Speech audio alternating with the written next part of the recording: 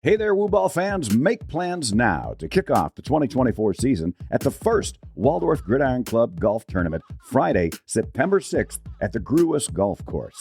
Start your home opener tailgating experience early by registering your four-person team now at wugridironevents@gmail.com. Find the link in the show notes. It's just $150 for each team, and that includes meals. If you want to sponsor one of our 9 holes, you can do that too for just $300, which includes the team registration, meals, hole signage, and recognition. This is a fundraiser for the Gridiron Club, and all money raised goes straight to the Warrior football program. We'll start registration at 12:15, get a welcome from the coaches, and explain the tournament rules at 12:45, then off to a shotgun start to our scramble at 1 p.m. Think of it as a kickoff.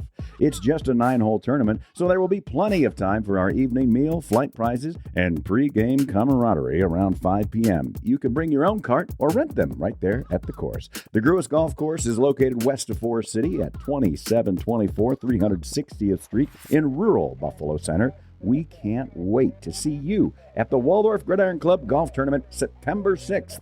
Get your team together and register today by emailing wugridironevents@gmail.com, and we'll get you taken care of. Go Warriors! Welcome to the Waldorf Gridiron Club podcast, your home for all things football at Waldorf University, the best small college football experience in America. Hosted by Andy Buffington and me, Troy Thompson, from the secret bunker beneath Bullsdorf Field. Welcome to this episode of the Waldorf Gridiron Club podcast, folks. I'll tell you what, for those of you that joined us this summer, and I know that, hey, Gerardo, I know you listened. I know you listened. He did every day. He did. Loved it. He told me. Yeah. He's my guy. Love that guy.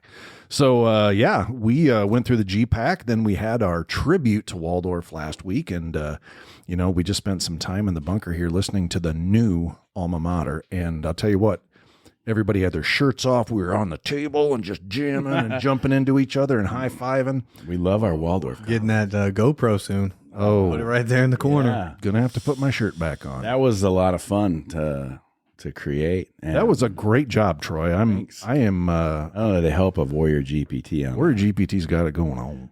Very handy. The bunker is full of those. Yeah, so we'll see that again. We'll hear that again. I hope it games. Yeah, it's the rock and roll version of the alma mater song. If you didn't hear it, it's at the very end of the listen, what are we doing last week? Coach Aune knows. He listened to it. Yeah. Oh, yeah, all the time. He even admitted that. Yeah. So But Andy. Yeah?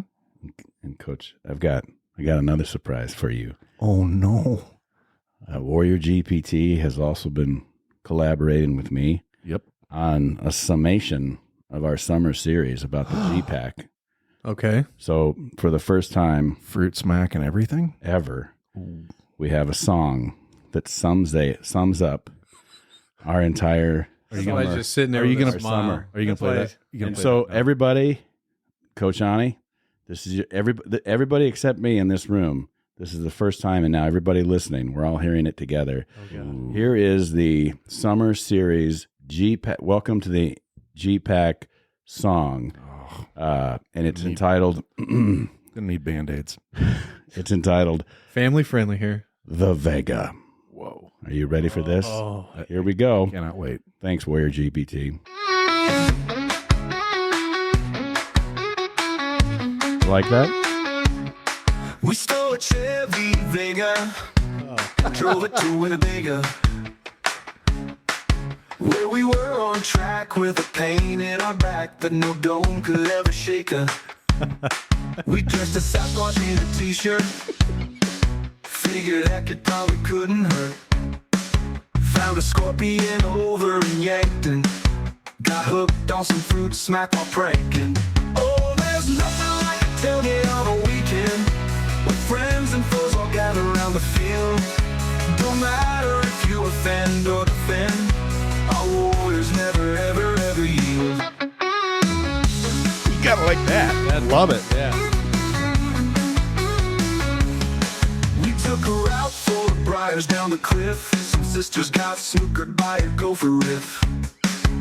And the corn palace blazed in the morning-side sun as we made friends with hobos and loaded our gun. We drive that old Vega down the road in a jiff.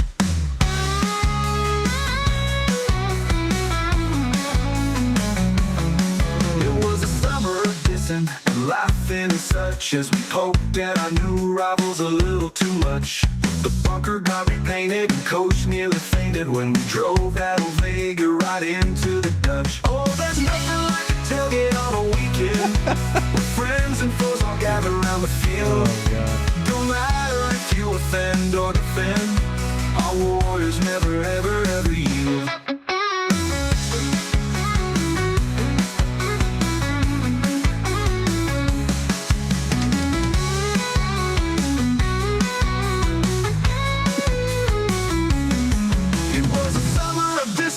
And laughing and such as we poked at our new rivals a little too much.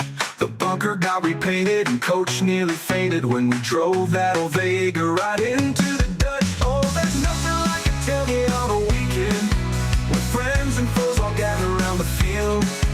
Don't matter if you offend or defend, our warriors never ever ever yield.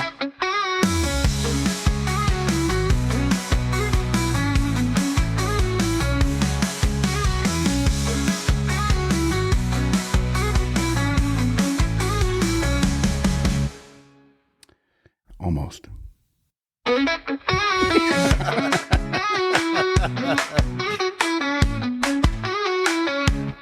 There it is, the world premiere of the Vega. Oh my gosh, that was is phenomenal. amazing. That was phenomenal. You know what? My mood through the roof right now.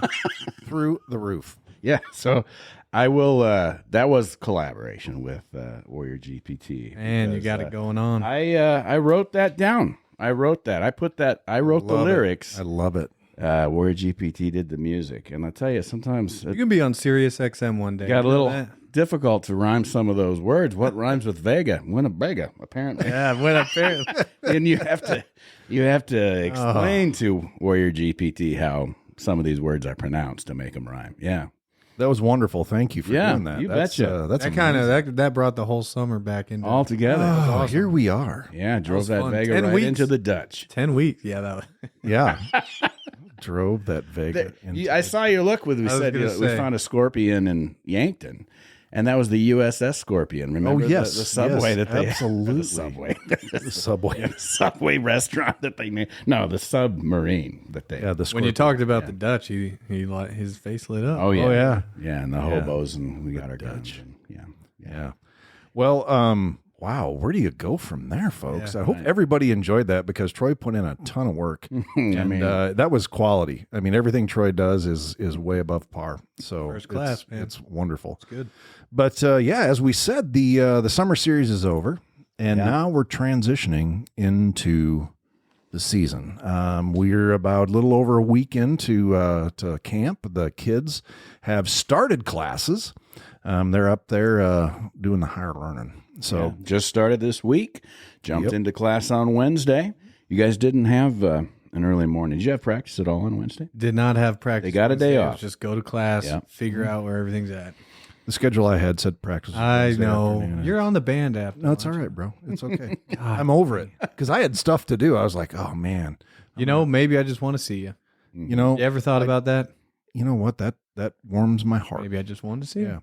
So as you can hear, we have Coach Chapa and Coach Aune here. They're gonna. Lonnie hasn't said a word. Oh no, he said something. A word. There it is. Ooh, there it It is. is, baby. All right, he's done.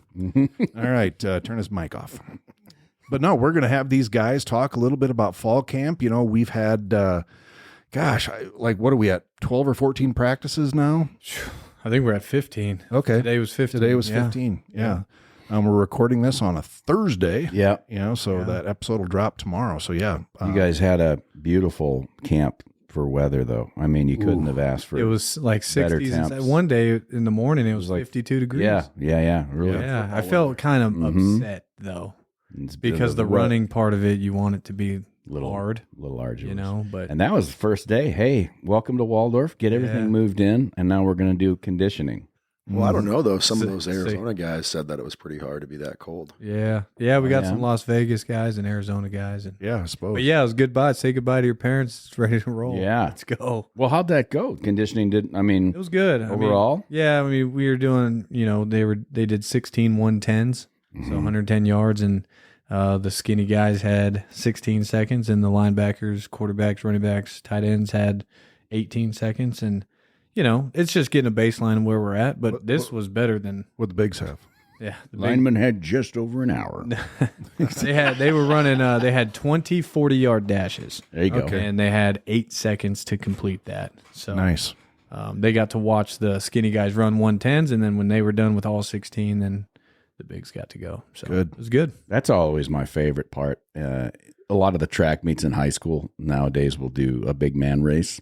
Yeah. It's a 4x1. It's my favorite. I love that. Just seeing the guys there, the shot putters and Oh, yeah. discus and We had a big, large human catch a punt the other day. Ooh, tell them about that, Coach. That was great. Yeah, so I'm big in having the kids have some input on what we do sometimes, and so I said Kyangelo Robinson is our big 350-pound nose guard, defensive lineman, and we made a deal. I said, hey man, if you catch a punt from our all-conference punter, no running after practice. If you drop it, double the running. oh, And nice. so everybody's already up in arms. And I mean, Isaac Burgett kicked the ball about 65 yards, that first one, way over everybody's Boom. head. So we let him redo it. Mm-hmm. And then the next one, he still kicked about 50 yards and skied at everyone. You can hear like there was nothing. anticipation. There was nothing going on. He's You could hear the backing, birds. backing, and then just bang, caught it. And everybody just went nuts. Nice. Everybody went nuts. And so It was pretty that great. was it's great. That It's is a good Do those experience things. for sure. Good job, Kyangelo. Yeah. What did he say? So, Coach Aune, you've had more than 6 weeks to decide what it's like to be an offensive coordinator. How are things going over there on the side of the O? They're going well. I'm excited about it. I think we've got a lot of new faces, but we're moving forward pretty fast here. Yeah, you brought some. You got some, like you said, new faces. You brought some transfers in. Obviously, we got some freshmen. Tell us a little bit about position by position, what you got for depth, and some of the bright spots. And I mean, there's a lot of bright spots. I Yeah. gotta be honest with you. Well, knowing me, we got to start with the big guys up front. Of course. And, we've had a great group of guys there for a couple years. We graduated a couple really important seniors this last year, but True. there was kind of the thing we went through last year where we had some guys who played a lot of games and they were good football players, but there was not a lot of depth No, on the offensive line. And I'm excited to announce that that is not the case anymore. it is That's- I not. think a we relief. traveled last year. I think we traveled 8, 7 or 8. 7 or 8. It was like some games 7, some games 8. Yeah, Depending on who was hurt. yeah. Yeah. This year I'm fighting in my head how to not get 11. Mm-hmm. I mean, we've got Good full good lines. problems to have. Yep, 2 full lines and a lot of guys competing for starting reps. I'm incredibly excited about it. A couple of JUCO guys came in and were pretty impressive right off the bat, and some young guys, and I'm just excited to see those guys not have to die Right. every single practice. Yeah. When they're getting beat up so the team can get some reps. So it's fun to kind of be an O-line coach a little bit again, right? Not know Right. guys that Yeah. have all the answers already and see them improve and see them get better and actually invest in those spots it's a hell of a feeling. Yeah. And would you say that most of the credit goes to your new GA that's assigned to the offensive line? Oh, indeed. Yep. He's going to get all the credit on that one. He's also going to get all the credit when If it goes south. if it goes If it south. go- He'll- yeah, he'll- exactly. No. Yeah. Maybe not openly to the public, but between me and him, he'll hear it. That's Cade, Yeah. Coach Kloster Hodak, who previously was one of those Yeah. Team leader, team leaders and guys on the line that spent a lot of years doing a lot of good things here, but for sure. I couldn't do it forever. So And I'll tell Cade you- is a guy that, he got his degree in education. And I know that the local school district was really looking for him to come over our way. And, cause I'm also in that regard too, but bet. he wanted to be a Warrior football coach, that speaks pretty highly of the program and, everything that you guys have got going on. So that's, and then it's nice to hear that you've got a good, lineup of young men there on the O line side, and sounds like they're getting ready to do some damage. Yeah, and you come into last year knowing what we lost, what we're bringing back, and things like that. And I mean, as a fan and somebody attached to the program, you have question marks like, oh, I don't know what our offensive line's going to look like. Well, on Saturday morning, they scrimmaged. Was it Saturday morning or afternoon? Morning. Yeah. Okay. Saturday morning they scrimmaged, and I went over to Coach Kloster Hodak and said, "What in the world?" He's like, "Yeah, right." I'll tell you what, the offensive line is so solid. There's so much competition there. There's guys again, it's an impressive group that's working super hard. And, as Coach said before, they're weird, which is awesome. Mm-hmm. But they're a good group. I get to see them quite often when I'm in the locker room, but I've been very impressed with that offensive line, Coach. Indeed. I have been too, right? Just getting the chance to start working with some new guys again, especially some of the transfers. I'm surprised, sometimes with transfers you get good kids, but you don't always get what you thought you got on film. And Sure. I have been not disappointed once this year seeing some of the guys we brought in. So maybe a little bit too early for specific names so far. Right. Sure. Just because, we got some competition going, a couple transfers fighting for a couple spots and guys moving around. Like I said, I always tell the offensive line, right? You don't get a spot just because you played last year. You got to fight for it every single time. The one thing I can guarantee you in this college football experience is competition, right? And so Makes everybody better, doesn't it? Indeed. Absolutely. So Coach Chapa, as the head coach and the co-defensive coordinator. Yeah, I know. Yeah, right. Yeah. So how's your front look? Yeah, we look good. I mean, we got a couple guys coming back, but then, a couple guys that were here in the spring that are looking really, really good. And so we're just getting everybody through the eligibility process right now. But going against our front five on the offense has been really, really good competition.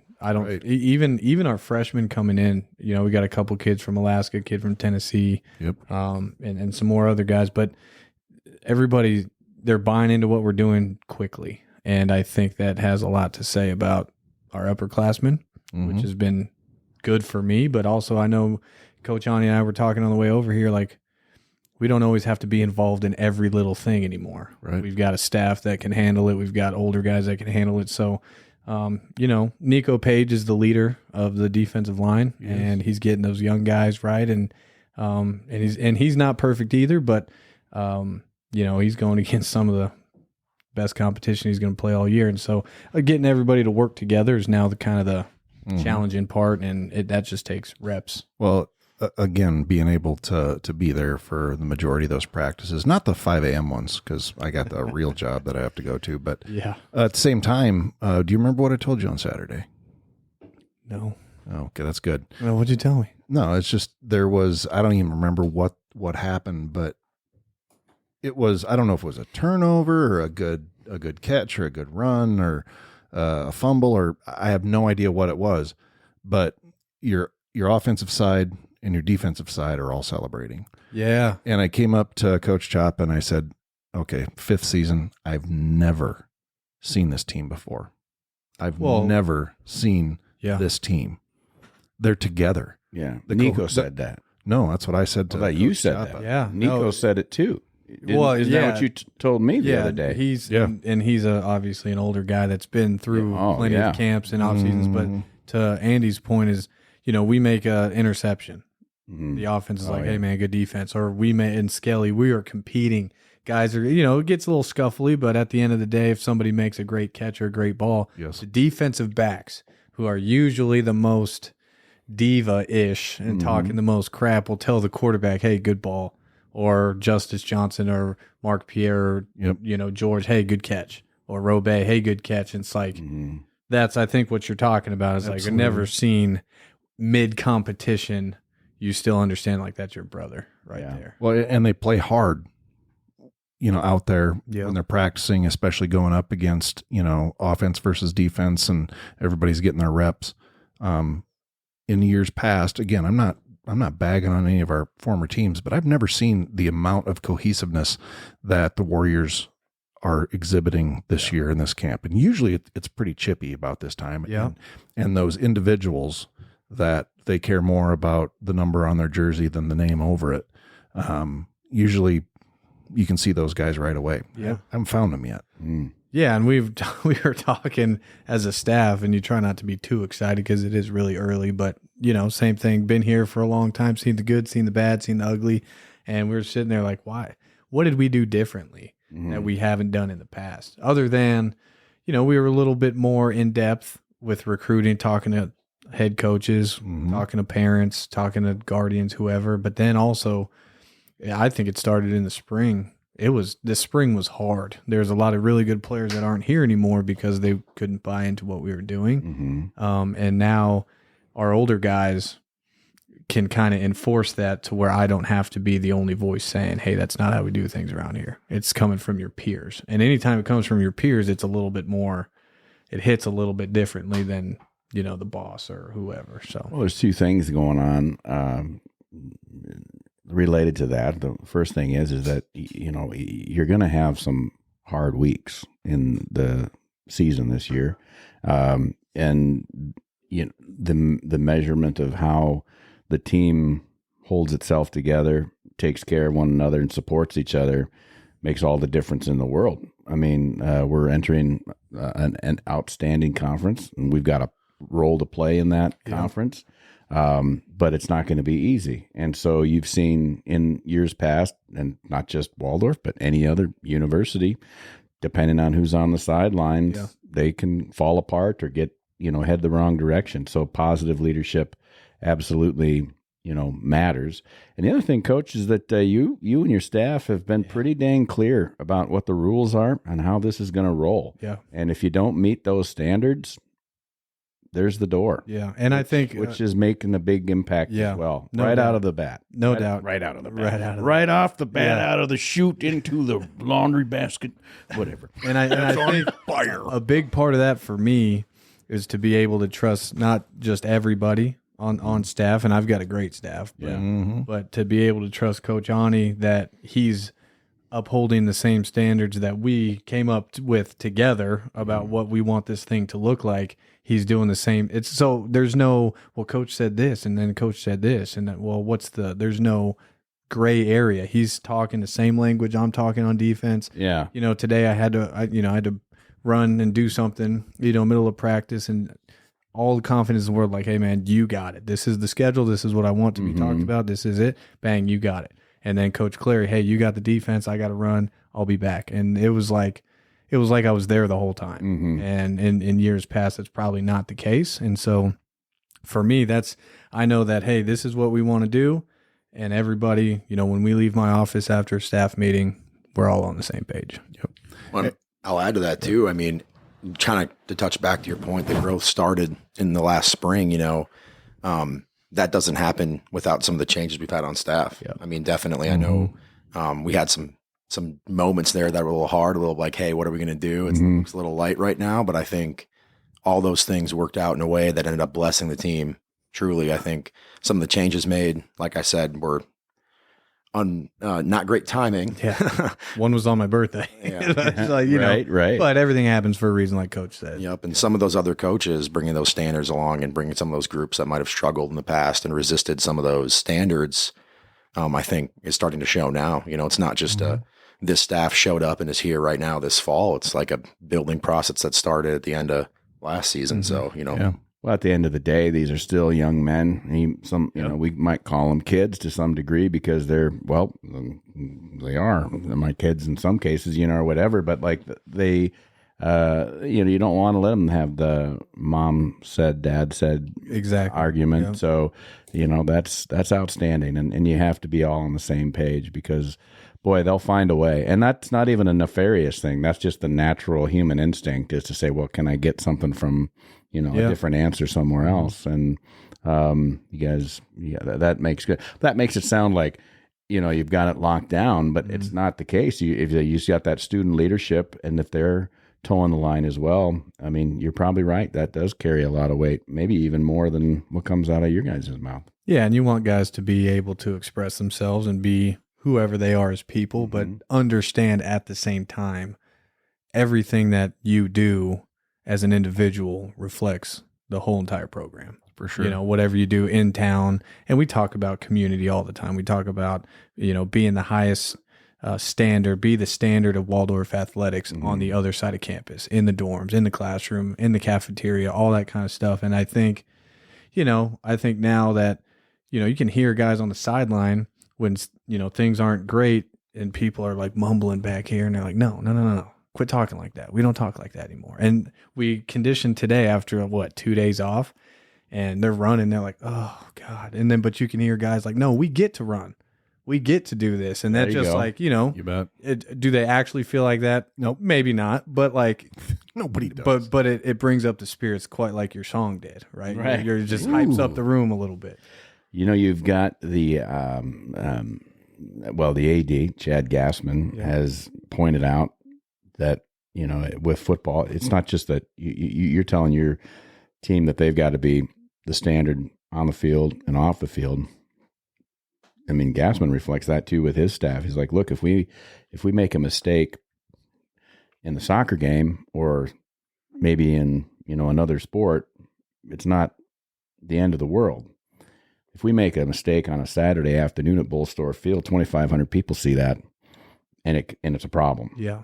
So like everybody's game is up too. Yeah, and that's it's awesome. just across the board. That's the responsibility that the game of football demands in the best small college football experience in America. Yeah. It is. Go. Amen. I'd like to make one more point too, if you guys have a minute for it. Go ahead. We got 30 seconds. There you go. I'll say this too. One of the things that I think was much different about this camp than past years was, you always come on these podcasts and you talk about the new faces. I think we really spent a lot of time developing, and I think our guys really grabbed onto that. We've had a lot of new faces, not only from joining the team, but also new faces from guys that have been here freshman year, sophomore year, and didn't quite make the bus, and they've taken huge jumps, and they've, really taken the time to latch on to like, hey, this is my team now, and this is my chance to get on the field, and I'm responsible for my own growth, and coach is going to bring me there and help me get there. And I think I've seen that attitude a lot more, especially like you point out the D-line, right? The D-line, they might not have as many new faces. They have a few as the O-line, but they've got a lot of guys who have been here for a couple of years and have been growing and growing and growing, and they just need to get that break to get on the bus to show what they can do. And a lot of these guys, through the spring and through now, have really, grabbed onto that and taken responsibility for their own growth. And I think more now this year than in any of the past years I've been here, that's really been the heart of the team. So that goes back to you talking conditioning on that first day. A lot of times you can tell whether or not the team did its job over the break. Yep. And it sounds like the attitude is good, and it sounds like conditioning went well. Would you say that you were happy with the results of what the conditioning test showed? Yeah, I was surprised. Okay. Right? Because doing this 1 year ago, it was nowhere near as energetic, and guys are always going to cramp.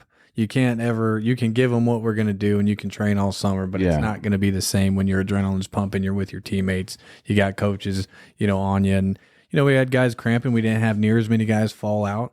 And the crazy part was after, the last group got their last one done, everybody's just dog tired, laying down on their back, and I call everybody up, and they just start cheering for no reason. They just start getting hyped. They're like, yeah, like it's over. We did it. And I'm looking around at the other coaches like, what the heck is this?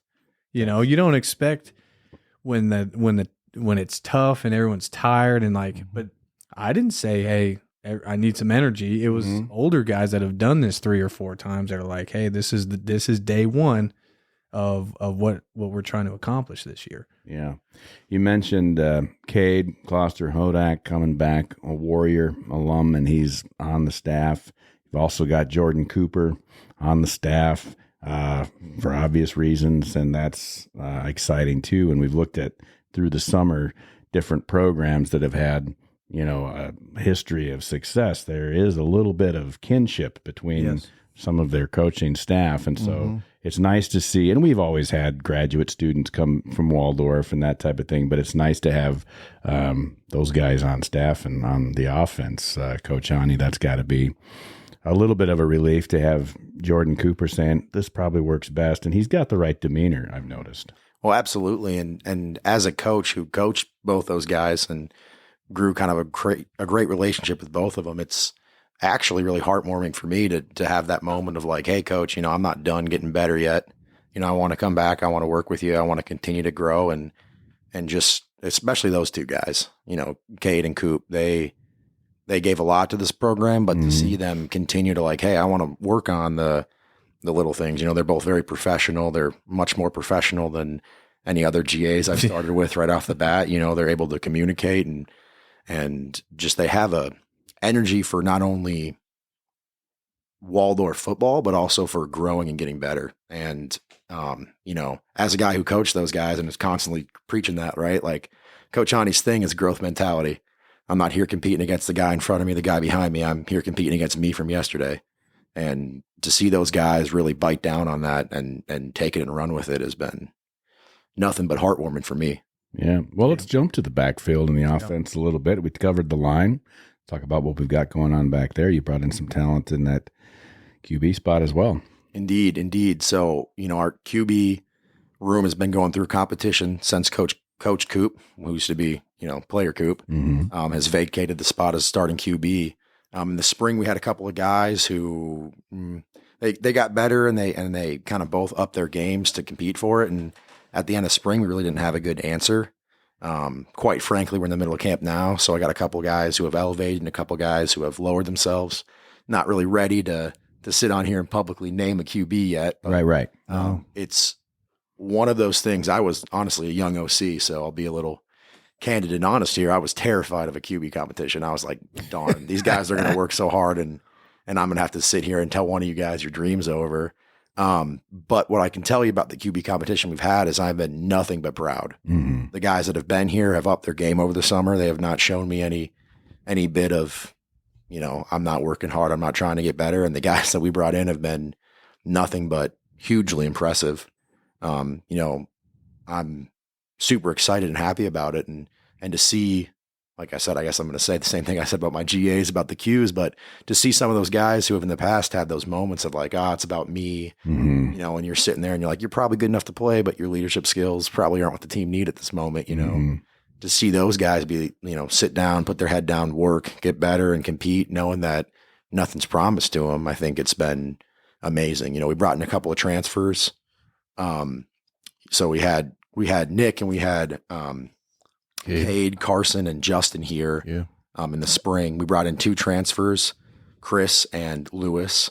Both Chris and Lewis have been very impressive. I'm excited to see how they continue. We got a couple more days of competition probably before a guy comes out as like, hey, we're going to roll into game 1 with this guy. And I'm excited about it. I think those transfers coming in were what some of those guys who were sitting there maybe stagnating a little bit, they were still competing, but they were like, all I got to do is beat that guy. Right. To see those transfers come in and know that nothing's guaranteed, I think has really, really lit a fire under some of our guys that have been here butts, and they've been nothing but impressive to me in that regard. So, well, it gives you options too. I mean, there's nothing that says that you have to, pick your starting QB at the beginning of the season and stick with them the whole time. Nothing says that you have to have a single quarterback in every game. You can have, there's all kinds of amazing options that you've got. And it's nice that you've got a quarterback staff that you can actually, run that up against. And I've got 3-4 guys right now who I can sit and go into a game with, and it doesn't freak me out at all. That's awesome. I'm calm and I'm proud and I'm excited to roll the battle with them. The depth at the quarterback spot, in years past, we haven't been super deep. You can go 1, 2, and then 3 gets a little bit sketchy. I'm not throwing stones at some of our former dudes, but at the same time, it's like watching what is going on out there. You spend a lot of time on the sideline like I do during practice watching these guys get reps, and it's like the conversation's always like, who's the guy? I'm like, you can't lose. I mean, it's like you can't just flip a coin to pick 1 or 2. You'd have to have, a 6-sided dice. I mean, because these guys are, like you had said, elevating their game, and they're working hard and they're super impressive. I've enjoyed watching that immensely. You forgot to mention, Coach, you got 1, 2, 3, and then 4 as a backup linebacker. So Right. you've been in that Yeah. situation. Well, Right. Nate, Well, that's this- true. Yeah. Yeah, this makes me proud and happy to listen to you guys talk about this because I tasked him, and it's not easy to have a very deep quarterback room because for him, he's got to be the bad guy and say, hey, this is the order of our guys, but we've never had depth here at Waldorf at quarterback, and the one spot that I was not going to even think about being okay with was quarterback going into the GPAC. I wanted everybody to compete because I believe iron sharpens iron. But yeah, everyone's had success, and we got a system down where not just the first quarterback's not going with the first team. Everybody's mixed in together with some young guys here, some older guys there. So this has been phenomenal for me to watch. And we've got a scrimmage on Sunday that's gonna tell us a little bit more, but yeah, this has been a good camp for the quarterbacks. Well, highly competitive guys in that position, and of course, that's like where there's usually twosies of all of the other spots. There's just one on the field of the quarterback, and they're going to want that unless it's like Blue Mountain State. Yeah. And they're just like, this is the best job ever been. Yeah, well, they're all good leaders and good people, and and they like each other. They do. Do we have any Alex Morans? They celebrate. They celebrate each other's success. They do, and that's one of the things I've noticed is that you could, I guess, you could understand somebody that is working hard, seeing the skills of other people on. Like, I don't know if I'm there yet, but instead of just going, "Oh, poor me," it's like, again, they celebrate their brother's success and like, hey, great job, but that makes them get out there and work. And they feel like they got to turn it up a notch. Yes. When it's there. And that's what you want. That's what I was hoping. That's what Coach Johnny and I were hoping would happen. But at that spot in particular, where there's one guy on the field, you just never know. Hey, but it's been great. Yeah. We don't want anybody injured, but at the same time, it's like, okay, Yeah. exactly.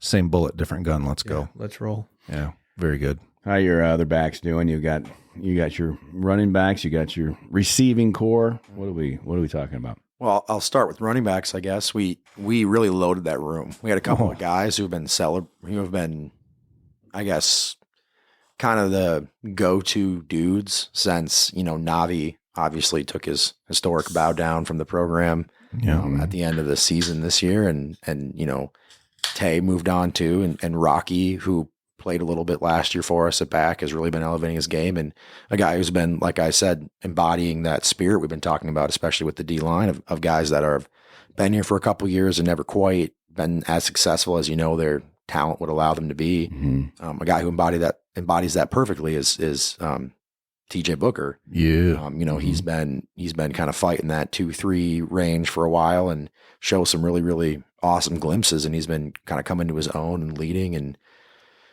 absolutely laying out for a couple extra yards at the end of the run on some of these. I mean, he's been nothing but impressive. And then beyond that, we knew, running back room, you need a stable, excuse me. I mean, it's just not like it used to be, even with Navi, right? We played him a lot, but Tay played, Hart played a little bit too. Like they all got some reps, and everybody gets some reps just because of the nature of making sure, even if you got a guy, you're keeping him safe. Right. And there's going to be a stable there. So we brought in some JUCO guys, brought in some young guys. I've been, again, I'm not trying to just blow everybody's head up, but I've been thoroughly impressed with our guys in that regard. There's been a couple of freshmen who I was like, they're probably a year away at least, type deals, and they've been elevating to 3-4 on the depth chart. You've got some old guys who have kind of stayed away, the younger dudes. And then we brought in some JUCO guys who I've been, again, super excited about. We've brought in a couple of guys from West Hills, one of them, Avian Piscina. He runs the ball super, super hard. He fills in a niche that we just really didn't have between Rocky and Book. And Jerry Tatum, who's a little bit more of a scatty type, catch the ball out of the backfield dude, but he's going to be a dangerous weapon. Again, the running back room has been impressive to me, and it's going to be hard to find room for him all on the bus. I'm trying to convince him to start kicking so we can take him more just in case. Yeah, kicking long snap, please. That's a loaded room again. You got Book. Rocky is just, I mean, what a great kid. I mean, he's got strong character, everything else. He's a workhorse. He's a leader. Catch him if you can. Yeah, catch him if you can. And of course, we got John back, and John's a workhorse. He kind of fills whatever role that you absolutely need him to. So, but yeah, then these transfers coming in, some of the young guys, and they're over there working super hard. And I've been, this is a little bit offensive line, a little bit running back, but like our run game against our defense, and I have a lot of respect for our defense. Our run game's been solid. Holy smokes. Well, you got the freaking guru right here that can just draw up anything against anything, and that's good for us on the defensive side, because we're going to see a lot of different schemes, and but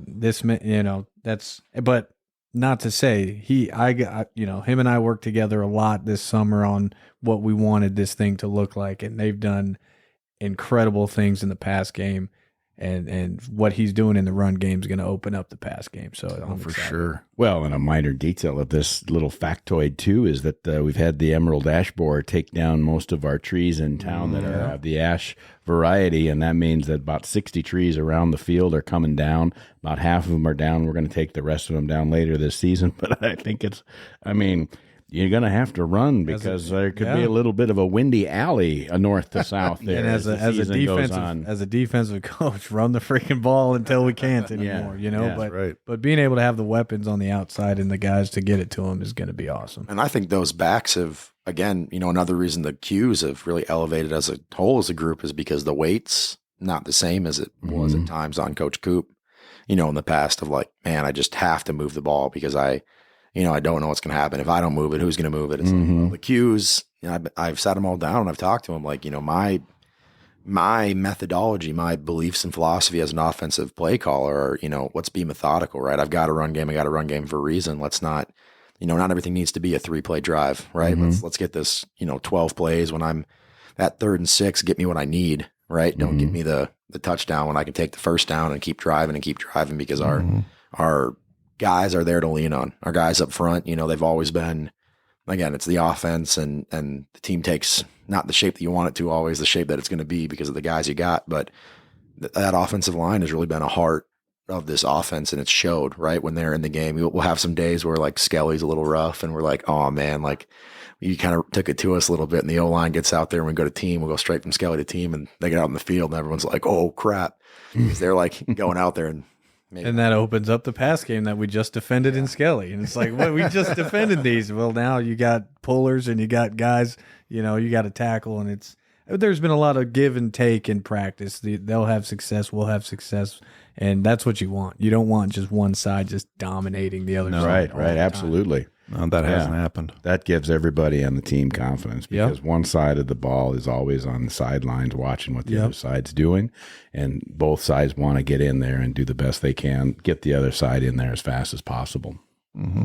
And so before we get into some of the guys that catch the ball and do a little bit of blocking on the offensive side, let's talk a little bit about what's going on in the backfield on the defensive side of the ball, Coach. Yeah, no, Speaking of two sides of the game. Yeah, no, I love this. We've got our two seniors back, Case and Handel, Jakeem Brock, kind of the captains of the defense. They could, they're the play callers out there making all the checks and communicating with the whole defense. And then we've got our two guys on the inside backers, Keegan Handel and Luke Byer, who, big boys that can run. And, at corner, it's competitive. Deontay Morgan's kind of taken over. And like Coach said, he's a guy that he's been here for 4 years, and this is his senior year, and he hasn't played a ton. He's done all the special teams and limited reps, but he just kept buying in, and he's having a phenomenal camp. And he is.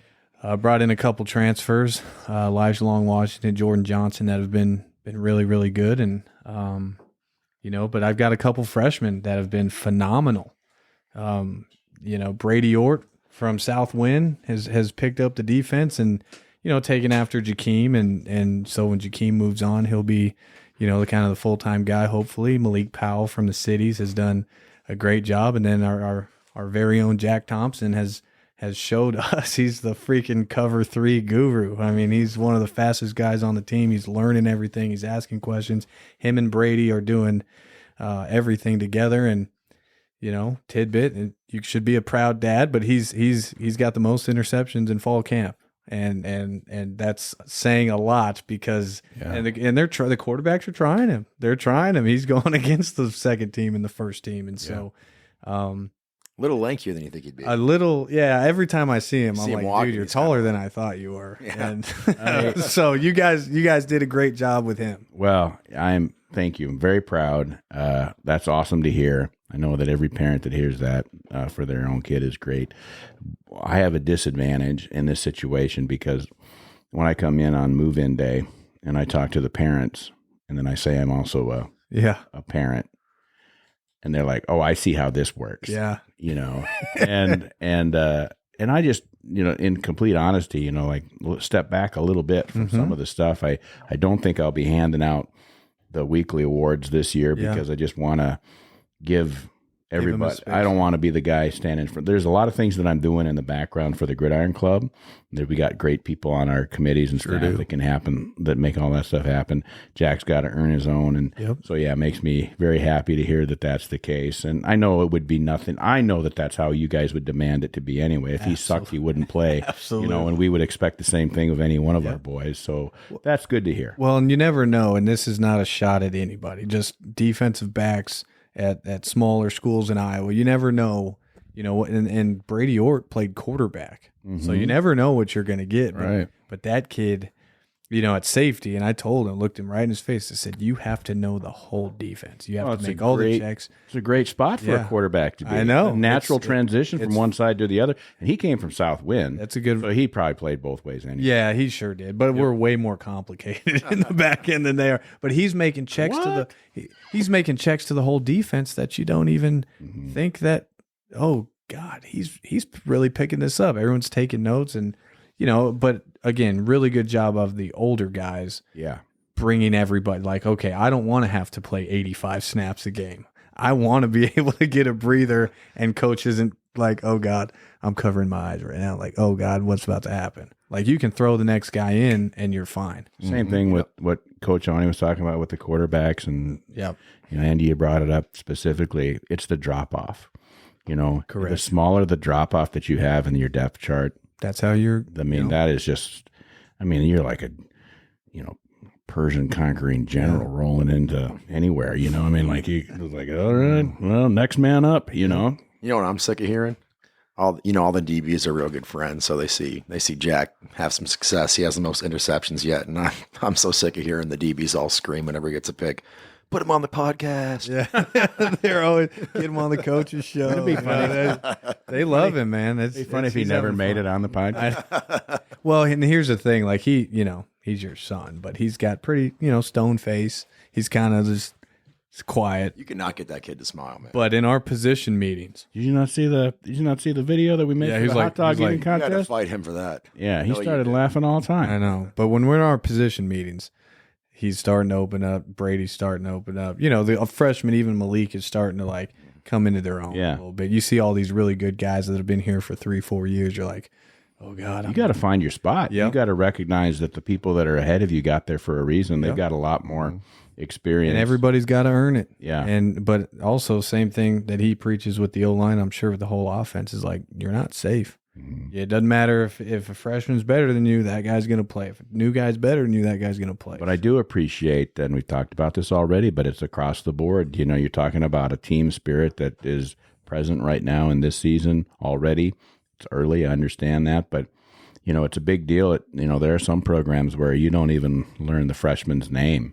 True. Here I think you've got everybody seems to be working together. Everybody welcomes and cheers each other on. That's a true team, and that's what we want the Warriors to be across the board. Feels good. And and this is, it's reality, but we will see the mettle of this team when we have to face adversity, when things don't go exactly how they're supposed to go. And that's, in a lot of ways, I'm looking forward to that. Yeah. I'm not as a huge Waldorf Warrior fan, but at the same time, bad things happen. It's the game.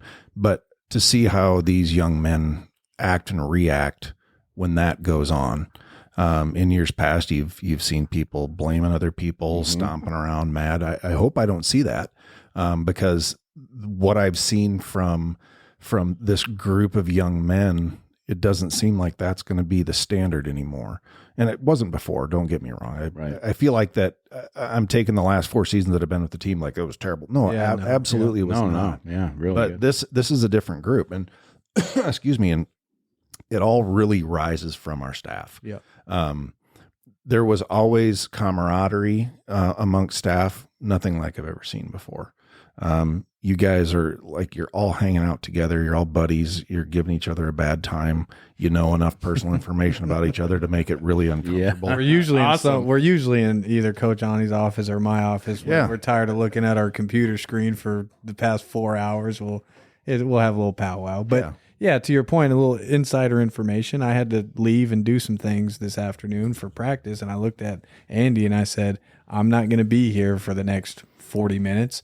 We'll see what this team is about. Yeah. When the head coach is gone, are they going to be focused? Are they going to be BSing around? And when I came back, it was like a well-oiled machine. Nothing. It was like I was there the whole time. Didn't even know that you were gone. Yeah. In all honesty, Thanks. because, well, Geez, thank you. Yeah. no, but the reality is that, because you said that, I'm focusing a lot. I know that, your linebackers, Coach Clary's got those, defensive line, Coach Bremmer's got those, Kaysen and Jakeem just handled the DBs. Yeah. So I was kind of watching them like, are they just standing over by drinking water? No, they're working. Yeah. And again, that has to do with leadership and all that's so great to see. You built up to that. That's what it is. It's like when Andy said it's like not the last 4 years. It's just like this has been building towards that. Yeah. This is I don't think it's the finished result. They are going to face adversity, and that is good. They get to do this, just like they said. They get to do another 40, or they get to do another 110. What happens to be, they get to do this. They get to play college football, which is amazing. Yeah. It's fun. No, it's awesome. It's a fleeting time for these young men, and I hope they take this for what it is. Us, old guys, the 2 old guys in the room. It's like, if you could go back and do it again, you'd love to be able to strap up one more time. Every dad out there that listens to this podcast that's got a player on the team distinctly remembers it was just yesterday you were coaching them in Pop Warner or padded football in 4th grade, and all of a sudden now they're on the football field at Bull Store Field, which is great. High level. Yeah, high level. So, Coach Aune, we're not going to let you off the hook on your skill guys on the outside and some of your good receivers. Yeah, I'm excited about it. We got some guys coming back for sure. The Bryce Jones and Justice Johnson, some of those guys who have been here, not quite not playing. They've been on the field. Bryce and Justice, but first of all, that's a great name, Justice. I mean, come on, Justice Jones. I love it. Yeah. I mean, some of those guys, again, taking spots that they were flirting with last year, played some games, didn't play some games, and doing stuff like that, kind of building and growing there. I think we have some old men on the team. George Rivera, right? Yeah. He's been around. You've heard that name quite a few times. Yeah. Right? Some of us call him Jorge. Back in the day, not that long ago. And a couple of, other young guys kind of growing up a little bit and taking those spots. Kay Nobley. Oh, yeah. He's a legend. He's a dude out there. Yeah, he looks good. Happy to have him from Lake Mills just up the road. Absolutely. Yeah. And at the same time, we've got a lot of young guys that came in and surprised us in a lot of ways. We've got some young receivers that showed us really good things. Some freshmen, Angelo Ahern, Dietrich Larry, Dimitri Stampley, some of those guys who came in who showed us good things right off the bat that we weren't expecting. And then we had some transfers come in who I've been nothing but incredibly impressed with. Because, you get to know transfers and you get to know the guys a little bit, but you're always a little bit like, hey, who are you playing against in that film and this and that. And what do they bring with them? You don't know what. Yeah. Why did you go JUCO? Yeah. That's always a question that we've asked, and it's a hard one. Sometimes it can be a little uncomfortable, but Coach has done a great job. Well, yeah, and I know me and Coach Chop talked about this heavily of, what's the goal for the wide receiver room this year? I think we've had a couple wide receiver rooms that are a little bit more stereotypical than I like. A couple of rooms where guys were like, hey, it's me ball, right? It's like, am I getting enough balls? Am I getting enough yards? Are they doing stuff to scheme me open enough? And I think one of the big things that we focused on, which I think we've been incredibly successful, especially through bringing in some of the transfers, which is not something that's typical. Nehemiah Grimsley's and the Mark Pierre is the guys that want to just bite down on the work and and be a part of a winning team no matter what it is. One of the things that we focused on and we talked about was, hey, what's the attitude of the wide receiver room got to be this year?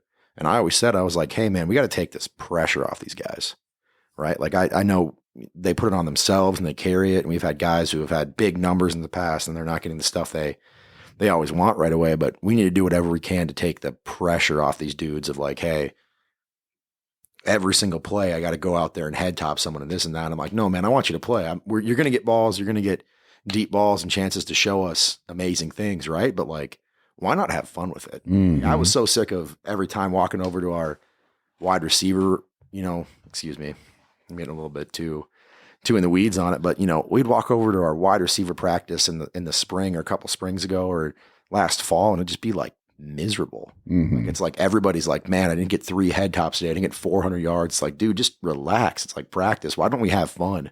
Why don't you go out there with a big smile on your face and like go and block a couple plays and then catch something and make something out of it with yards after catch and stuff like that. I know we kind of sat down and made a big point of it, but like, I know I'm an O-line guy, so I'm getting used to the wide receivers and the cultures and the attitude that position brings. But golly, I was so focused on like, we need to bring back a little bit of fun and just like,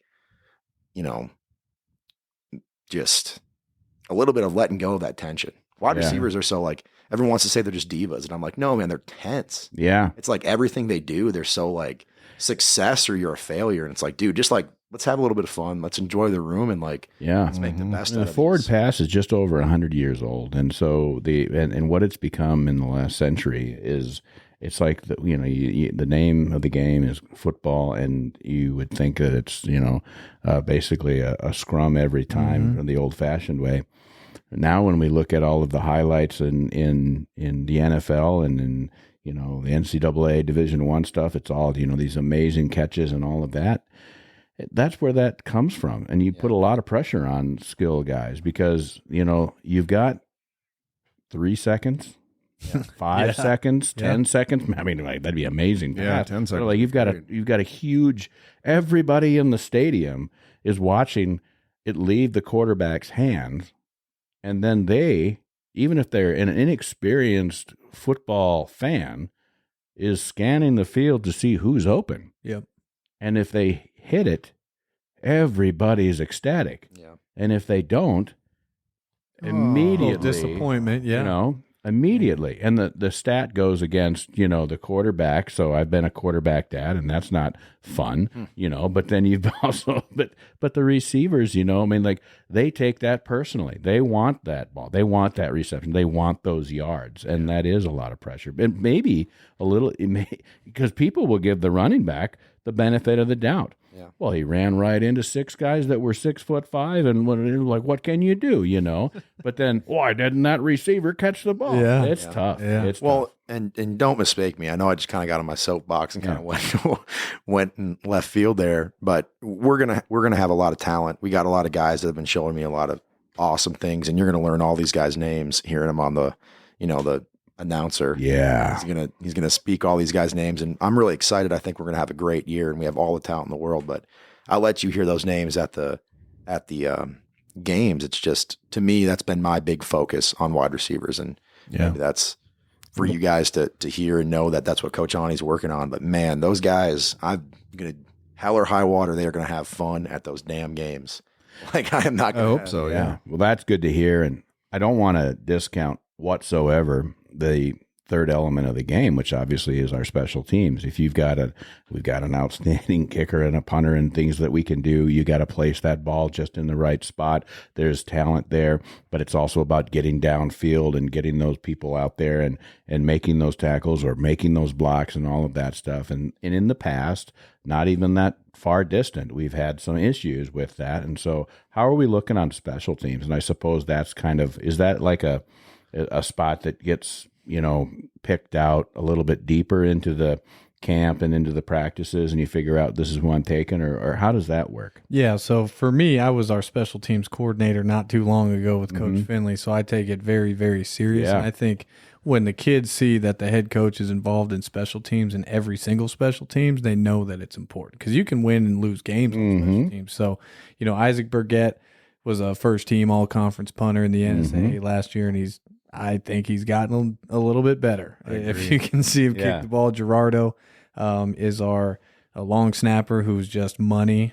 98% of the time we're trying to get him to 100% to be perfect. And then Connor Parker's been doing it since he was a freshman. Right. And, we're going after kicks. And right now, we did a lot of special team circuits, just kind of drills to see who can do what. Sure. And a lot of young guys, man, we told them, like, if you want to try to get on the bus year one, you got to get on special teams. And there was, I didn't have to yell at anybody standing on the sideline saying, hey, how come you're not in this drill? Hey, so this isn't important to you. I mean, everybody was involved. So as long as they are, doing valuable things on their respective side of the ball, we're starting tomorrow. We're going to start putting units together and a 2-deep together to see who can do what. So, we did special teams every single day, sometimes twice a day. And, I just, there was one spring that we didn't do special teams at all. And I just didn't feel like that was the right thing to do because, what are those guys doing on the sideline? They're not doing anything. And so getting them involved and spreading it out and just making sure the team knows it's important is, I think, something we've done. Of course, every Wednesday during the season, we give out awards, and we give out the Gridiron Club does, and some of those awards are the scout teams and offense and defense, and that's where a lot of your younger guys get their best experience, and not necessarily even younger. They could be a little bit longer in the tooth, but those talk about iron sharpens iron, and it sounds like so far that's just been the mix.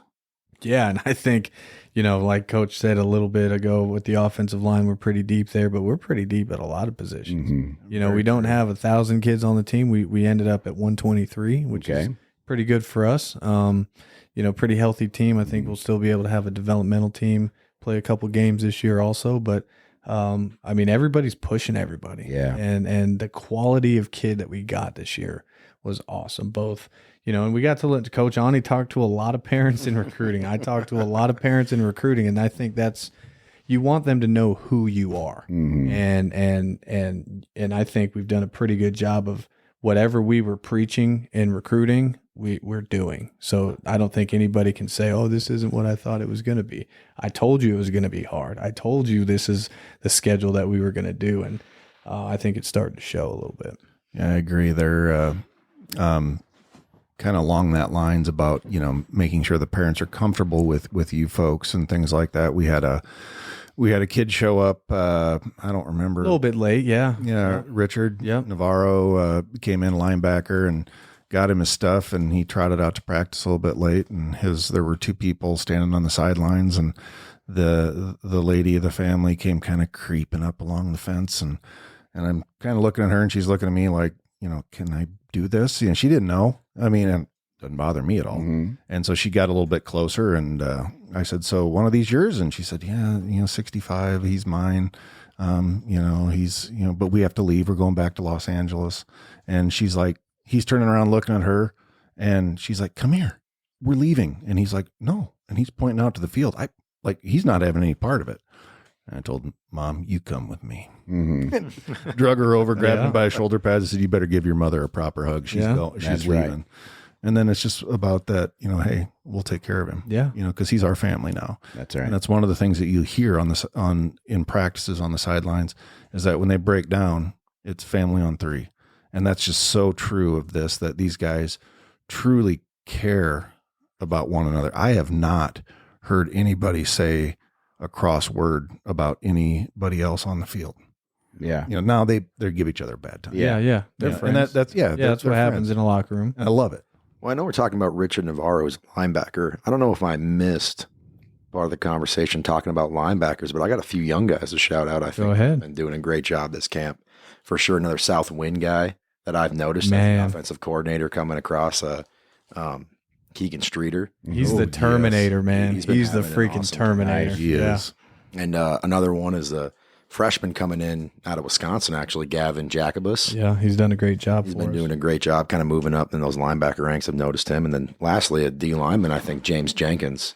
Oh, yeah. Yeah. Guy to definitely. Nephew of Head basketball coach Nigel Jenkins. Is that right? Yeah, that is right. So now I met James because I did the promo video for he will be eating the hot dog eating on Sunday. contest. Yep. He is so excited. I don't think he is at all. He's just scared of. Yeah. He's more of It's a crowd thing. introvert. Yeah. So that, by the way, is so he's a very nice dude, and I'm happy to meet him and the 4 guys that we have doing that.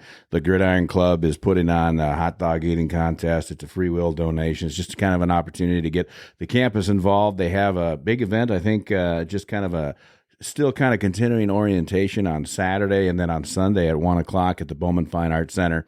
Our fundraising and events committee has put on this amazing first, I guess we'll call it the inaugural hot dog, and we'll see how it goes. I was down at the Bowman today. We're setting up the sound and making sure everything is ready to go. We've got some hype videos. They owe me some walk-on music. They got to get that entry music for these 4 guys. Yeah. And it's just going to be quite a show. And that's the things that the Gridiron is really trying to do is just really, we're the biggest cheerleaders for, nothing against our cheerleaders because they're awesome too, but I'm like, we are as an organization, the cheerleaders for one specific team, and that is football. And sent out the letters this week to all the parents and let everybody know the emails. If you didn't get an email from me, that's because you're not on my mailing list. If you want to be on the mailing list to get the updates, the Fan Friday stuff, if you want to get the invites to the different things we've got going on to let you know what's happening with Waldorf football, the Gridiron Club is happy to add you to that, and on and on and on. But I do want to take the time before we get too far away from this stuff. We've got a lot of listeners all over the place. Yeah, we want to reach out and mention some of them, and I'll start with London, England. Whoever is listening over there in London, really appreciate that. I don't know. I guess they appreciate American football. That's nice. Probably the king. Yeah, it probably is. It could King be, Charles is probably a or big Patrick fan. Guck, I don't know. Guess. Yeah, could be Patrick Guck. Yeah, it could be that. Yeah. I thought Patrick was in Poland. But I think he's playing football. EuroLeague. somewhere. Was he EuroLeague? Yeah, I think so. Good for him. What a great kid. Yeah, I think. Man, I hope hope it is. I could be wrong. I hope it is Patrick, and if it is, buddy, it's good listening. Polish Punisher, baby. Oh boy, Hello, Hey, Governor. something. Hello, Yeah. Governor. I got somebody right here in Iowa. We got some listeners over in Storm Lake, Iowa, the home of Buena Vista, the Beavers. The Beavers and Storm Lake, of course, is a very shallow lake. That's why they call it Storm Lake. The winds whip it right up. They got walleyes there. Yeah. Okay. You wouldn't know. What do you got, Coach? You're correct on that. I've got a listener from Carbondale, Kansas. Oh, It's an exciting. I've heard of Carbondale, Illinois. Before, yeah. but Never Carbondale, Kansas. Kansas. Never been there, but it's an awesome name, Carbondale. Yeah. I've got Inglewood, California. Englewood. Yeah. I don't. Absolutely. We've got some players from Cali. So Nice. Yeah. Before we get too far Box down, family. if we're giving shout outs, one of the things I wanted to mention, I kind of got a chuckle the other day. One of your receivers, Coach, is a Four City kid, Robe Beery. Yeah. He's a first year kid. And Some good things. yeah, I'll tell you what, of course, a lot of times I'm over by equipment with the specialists on the defensive side when they're going offense versus defense. And Robe went out and snagged a ball, and one of the D-backs said, "Has he ever dropped a ball?" So he's a tank, man. He's a little never tank. he is. He's never not seen him drop a ball. Not a very big dude. He graduated class of 23, I believe. He's and very intelligent young man, and Track also star. 4.0 incredibly fast. Yeah. And when I watched him and announced the high school football games, it was like I looked forward to seeing him in his bright colored shoes because I knew that dude was going to get that ball, and he did almost all the time, which is nice. I want to give a shout out to, because this is the cool thing about joining the Gridiron Club wherever you are at, and we've talked about alum in different cases, but you just got a check in the mail today from Mike Brinkman, and he's from down there in North Liberty, Iowa, class of 1987. Love it. All region, all American Waldorf football alum, and he sends a check, and he says, "Go Warriors!" So, Yes, sir. Love it. Love that. and we need all those all those Warriors from the past. This year, later on in the season, we're going to be obviously dedicating the Bullstorf BB entryway and the gate and all that stuff. So just a lot of cool things. This Sunday will be before the hot dog eating contest. There will be some cool Waldorf football trivia that will be rolling through until we start the main show that I've put together. So that should be interesting, and on and on and on. We're just so happy that everybody's on campus, and we're looking forward to an awesome year. So give me a little behind the scenes here. How many hot dogs do you make for a hot dog eating contest? Yeah, well, I don't make any hot dogs. I'll tell you that. And you don't want to know how hot dogs are made. But from what I understand, it's a 5-minute round.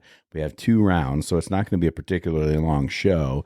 But there's going to be... It's going to be hilarious. Yeah. So I don't know if we're going to We're start going to medical on scene, I hope. We got our I athletic think we are trainer. putting some plastic or at least a tarp down just in case things do go sideways on us. I'll get the I Bowman hope set it up doesn't. nice. I hope it doesn't. It's they're going to eat as many hot dogs as they possibly can, and I think it's you're going to have your D-backs and your receiver, your D-back first, and then your receiver, and then you're going to have your. I think it's going to be line last. That would be a big show. I think we got it's just like in a. So should we wrestling tournament. practice at 6 in the morning then?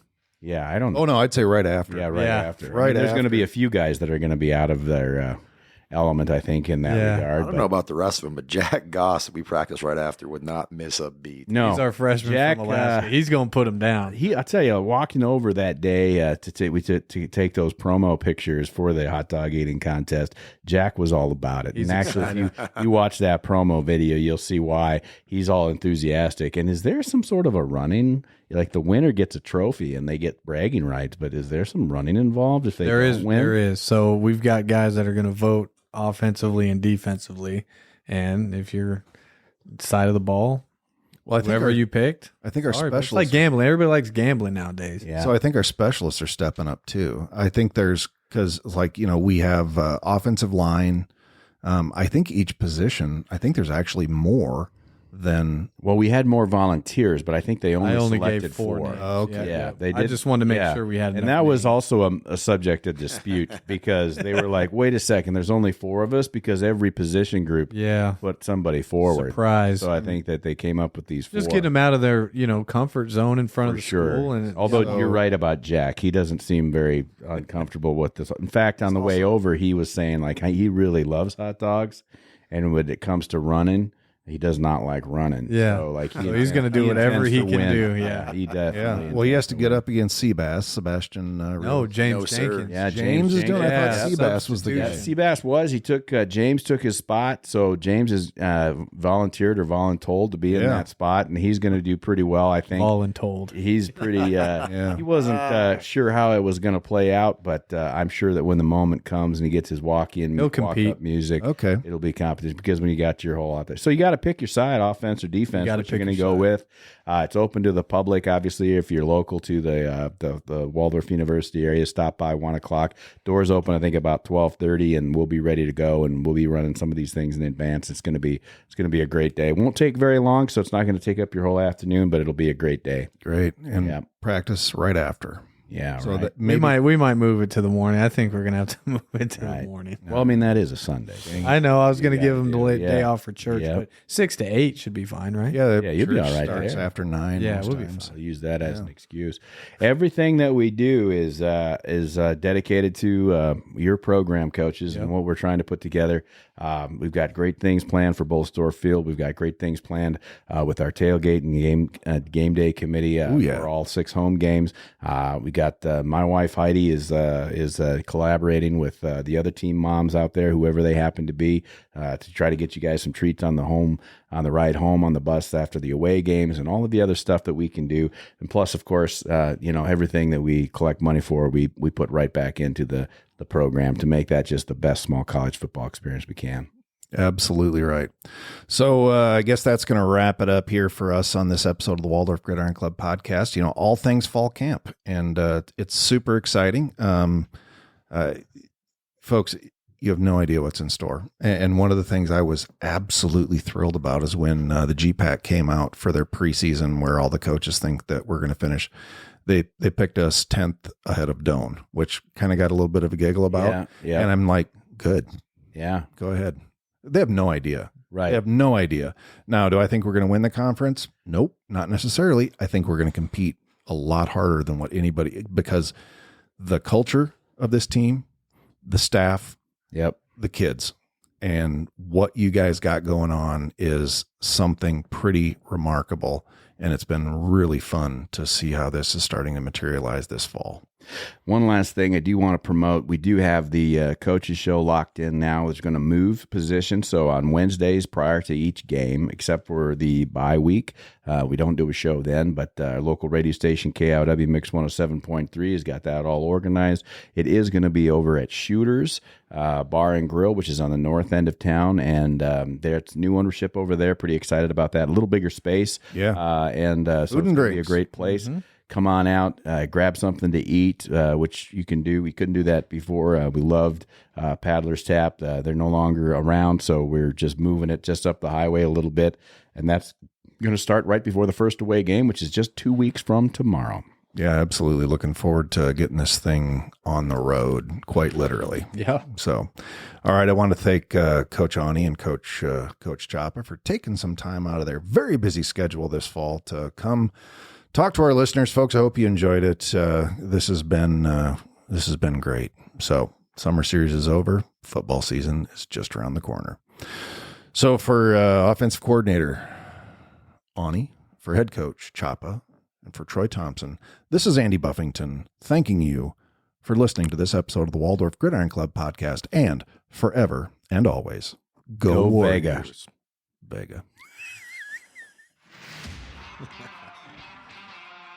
You can join the Waldorf Gridiron Club and be part of the best small college football experience in America. Just visit our website and pick your membership level. Find us and everything Waldorf Gridiron Club related, including professional photos, at waldorfgridironclub.org. You can also click on the Support the Show link in the show notes to donate.